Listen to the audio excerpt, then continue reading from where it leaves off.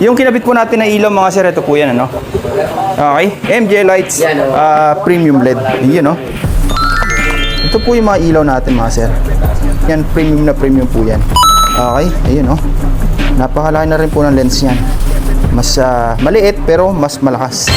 Okay, ayun po, no? Marami po tayo niyan. Tapos, check natin yung MDL.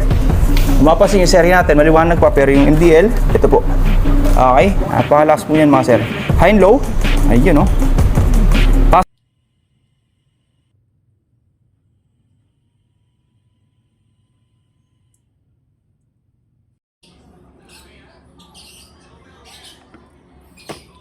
Palit mo packs.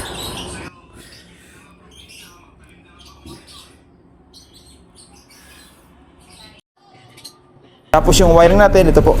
Nakaharness po lahat, tapos nakabalot ng nylon tube para protektado yung wiring sa atin over time, hindi po magkakaroon ng problema. Tapos ito po yung balas, ito po yung power module natin kinabit.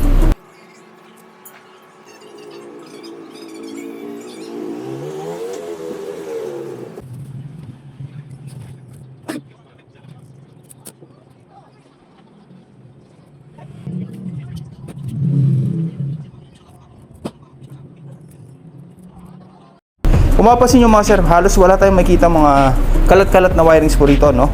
Hanggat maaari, kino-compress natin para malinis. Air package number 5 po ito, no?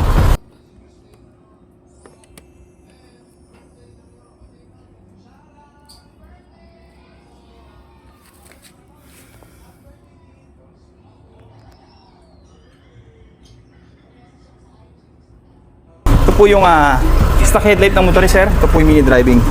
Yun, no? Napakalakas po niyan mga sir. High low. Ayan. Passing light, naglagay rin po tayo dito. Ito po, no? Ayan, parang stock lang. Sana all.